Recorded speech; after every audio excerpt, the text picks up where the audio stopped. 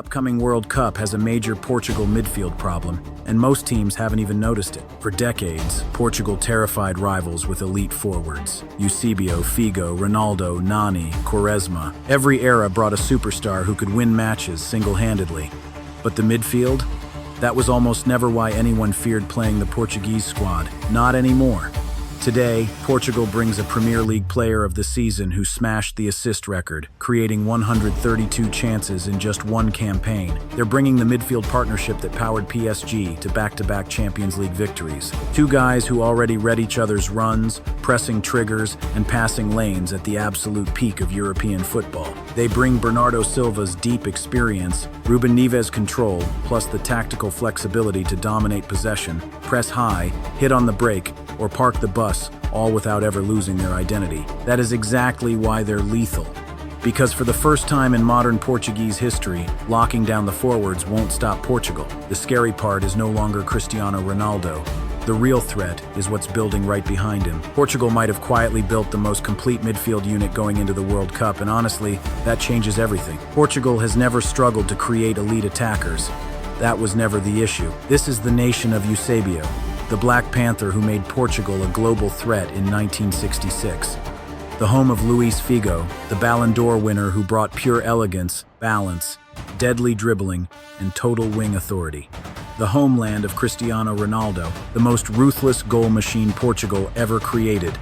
Then came Nani, Quaresma, Pauleta, João Felix, Leão, and Goncalo Ramos. Different eras, different player profiles, same DNA. Portugal always bred forwards who made defenders sweat, and at the back, they rarely lacked steel. Carvalho, Pepe, Bruno Alves, Cancelo, Dalot, Mendes, Guerreiro. And then Rúben Neves stepped up, cementing a modern defensive era. Raised in Portugal, polished at Manchester City, built to dominate. Elite forwards, tough defenders, unmatched flair, it was all there. The question mark was always the midfield. Not that Portugal lacked talented players there. They had plenty. Rui Costa was pure magic. Deco had a Champions League brain. Moutinho, Maniche, and Costinha all delivered massive tournament shifts. Still, their midfield never felt perfectly complete the way a true World Cup winning engine room must be. There is a massive difference between having great individual players and a unified midfield that survives real chaos. A World Cup midfield cannot just look pretty in possession. It must eat intense pressure, shield the backline, dictate the tempo, win second balls, and stop counterattacks when the fullbacks push forward, and it has to keep grinding when matches turn ugly. Historically, Portugal lacked that complete package. Rui Costa's era brought pure beauty and vision, but they needed breathing room. Technically flawless, sure. He spotted passing lanes before half the pitch even realized what was happening. But when elite squads choked the middle and the game turned into a physical brawl, their structure cracked. The Deco era added some real edge, bringing a gritty Champions League toughness. Maniche could smash through defensive lines and deliver goals in massive knockout games. Costinha anchored things better, but the squad depth just wasn't there. If opponents shut down the main playmakers, Portugal had to pray for Figo, Ronaldo, or a flash of solo magic out wide to survive. Even Euro 2016, Portugal's first major international trophy, had its own midfield narrative. Fernando Santos forged a squad that was rigid, compact, and absolutely stubborn to break down. William Carvalho, Adrien Silva, João Mário, Danilo Pereira, Renato Sanches, and João Moutinho. They all had roles: pure muscle, tactical sacrifice, defensive shielding, and emotional resilience. They stunned France and Paris to lift the trophy. But they didn't win by dominating the ball. They won by purely surviving, shrinking the pitch, killing the tempo, crowding the box, and basically suffering much longer than their rivals could physically handle. Gritty and highly effective, sure, but it wasn't built to choke out elite squads with heavy possession, press resistance, and relentless chance creation. That is exactly why today's generation hits completely differently. Portugal isn't packing the roster with midfielders who only master one trick anymore. They bring guys who juggle multiple roles seamlessly. And the biggest evolution happened in Paris. Vitinha is now a prime example of what elite modern midfield control actually looks like on the pitch. He isn't your traditional defensive anchor, and he doesn't just play safe sideways passes. He takes the ball under heavy fire, spins that pressure into open space, and dictates tempo right when the match moves way too fast for anyone else to think. He doesn't need 5 touches to map out the pitch. He scans early, turns on a dime, and shields the ball perfectly. He plays with absolute calm, knowing exactly where the next pass goes long before the press arrives. That is priceless for elite teams. High-pressing units thrive on sheer panic, and midfielders passing backward blindly. Vitinha does the exact opposite. He draws the press, pauses, then slips it right to the open man. During PSG's Champions League run, he played 17 games over 1,500 minutes, bagging 6 goals and 1 assist. He finished with 93% passing accuracy. That isn't empty possession. That is elite control under massive European pressure. In the 2026 final, he won Player of the Match. He took total charge after halftime, dictating the tempo right when Paris needed serious authority. For Portugal, that matters immensely. Vitinha is the midfielder who keeps games from falling apart. He links Rúben Neves straight to Bruno Fernandes. He shields the squad when attacks collapse, giving the national team a stability they usually lack in major tournaments. A press-resistant controller who embraces elite pressure instead of hiding. But Vitinha is only half the story in Paris. João Neves gives Portugal the missing half. If Vitinha acts as the brain, Neves is the relentless engine, and not an engine that just runs for the sake of it. He presses with real intent, pounces on heavy touches, shuts down lanes, snaps into duels, and instantly recovers lost ground. He gives the midfield absolute bite without making them a purely defensive block.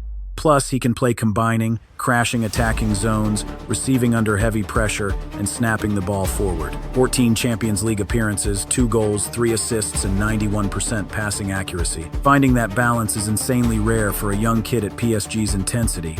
Usually, international squads have to choose: the slick controller to dominate possession, or the gritty destroyer to survive without it. Portugal doesn't have to make that choice. Vitinha and Neves give you everything. Pure control and aggression. And here is the detail that makes this downright terrifying for opponents. This partnership wasn't scrambled together during international breaks. These two start every single week at Europe's most demanding club. They already read the exact same pressing triggers. They instinctively know who jumps and who covers. They naturally rotate when one drops deep and the other bombs forward. They have fully absorbed Luis Enrique's system, manipulating possession, building overloads, locking down the center, and counter-pressing the second the ball is lost. Weaponizing that club chemistry on the international stage spells serious trouble for everyone else. International football runs on deep relationships just as much as raw talent. Who covers the gaps? Who leads the press?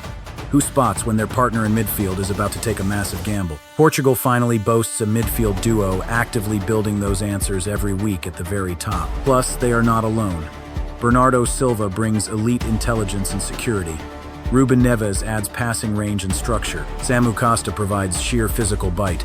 And on top of all that depth, Portugal holds one specific profile neither Paris midfielder fully replicates: the ultimate risk-taker, the final ball specialist. The midfielder who refuses to just control matches, he violently breaks them wide open. Bruno Fernandes. Drop him into this structure, and the alarm bells get deafening. Portugal's midfield isn't the soft spot opponents have quietly targeted for the last 20 years.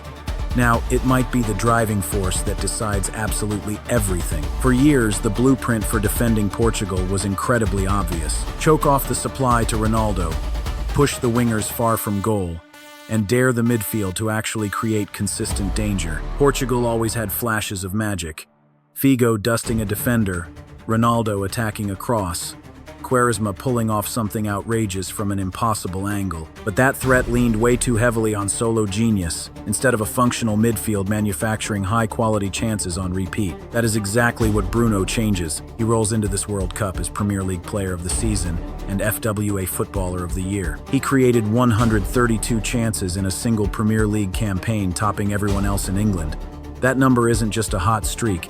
That is pure volume. Every week, facing stubborn low blocks or suffocating high presses, Bruno found the exact pass to drag United closer to goal. That's the main difference between a gifted creator and a deadly tournament weapon. A standard creator hits one special pass. Bruno generates relentless pressure. He keeps asking the exact same question until the defense finally shatters. Drifting into the right half space, He whips early crosses behind the back line.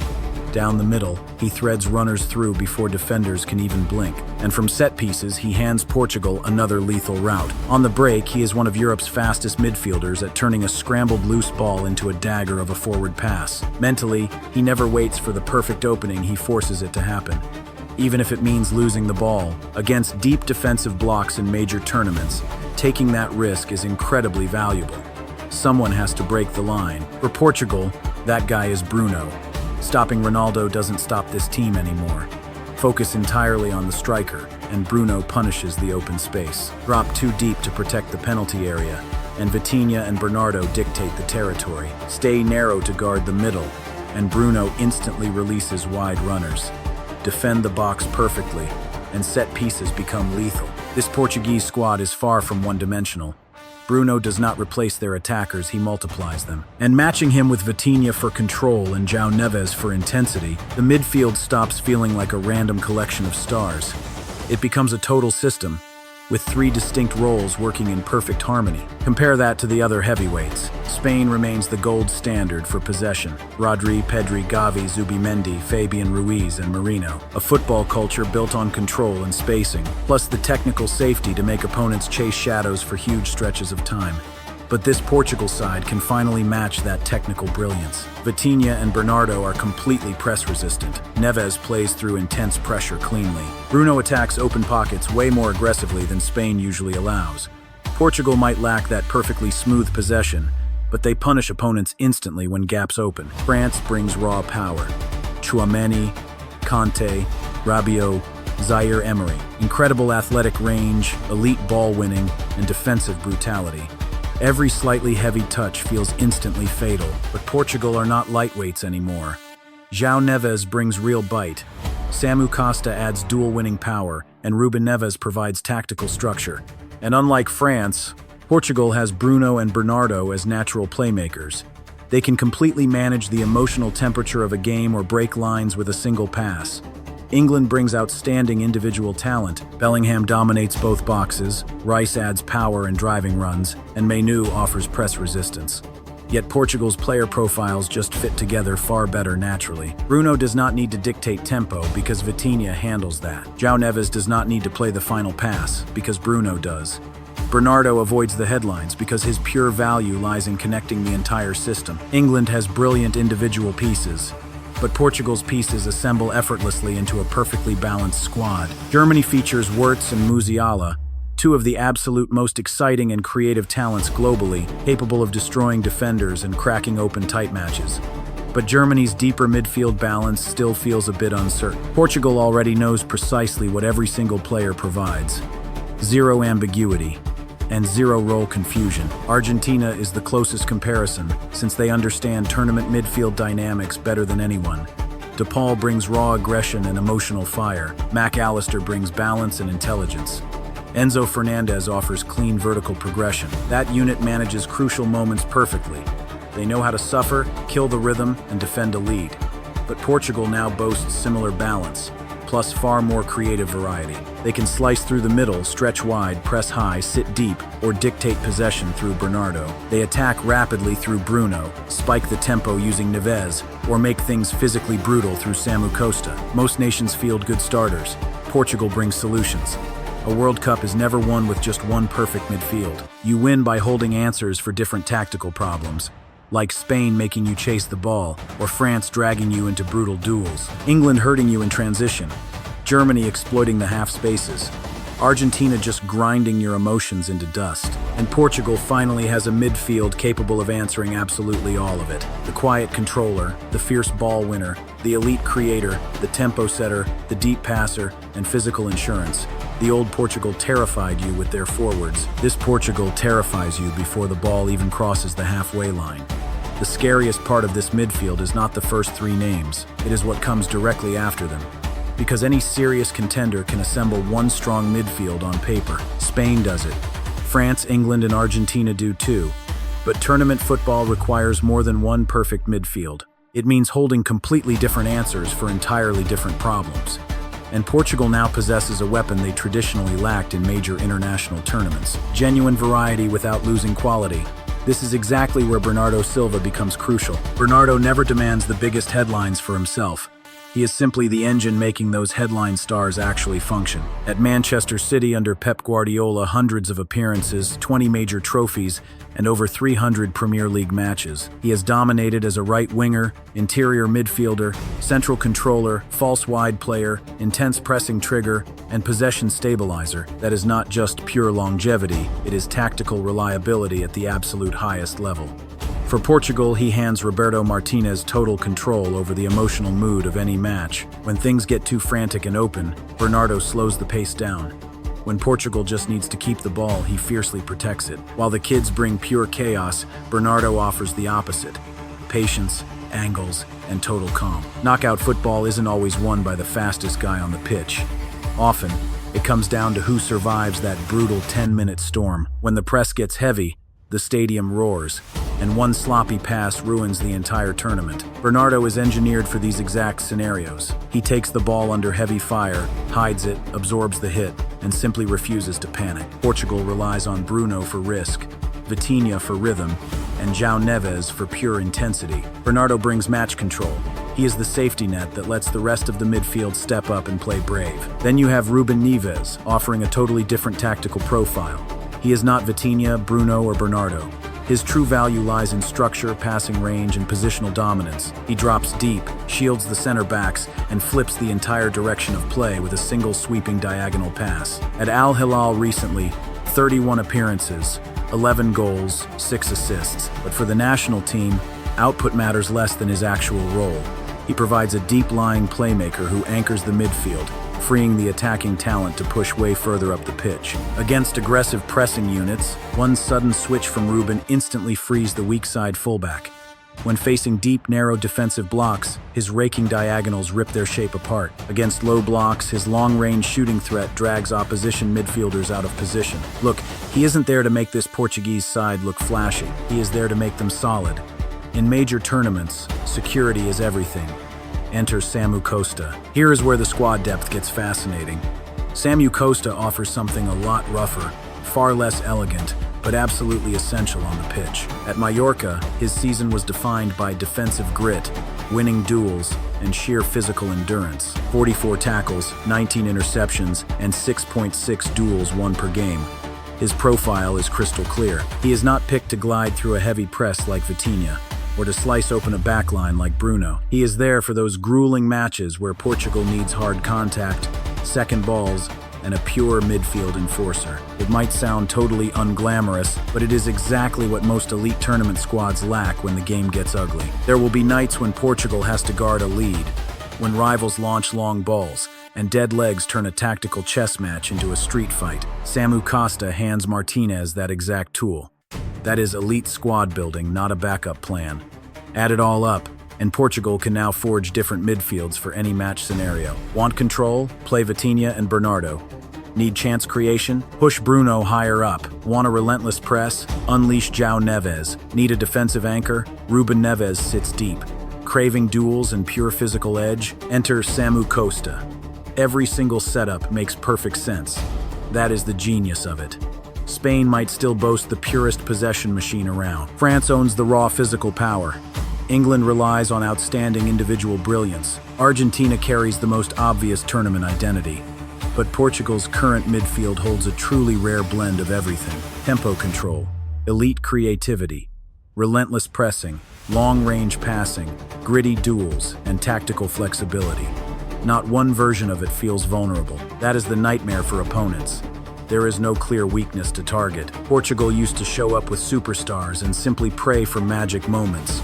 Now they bring a midfield engine designed to engineer those moments on purpose. They have boasted golden generations, true icons, and beautiful footballers before, but this current squad feels entirely different.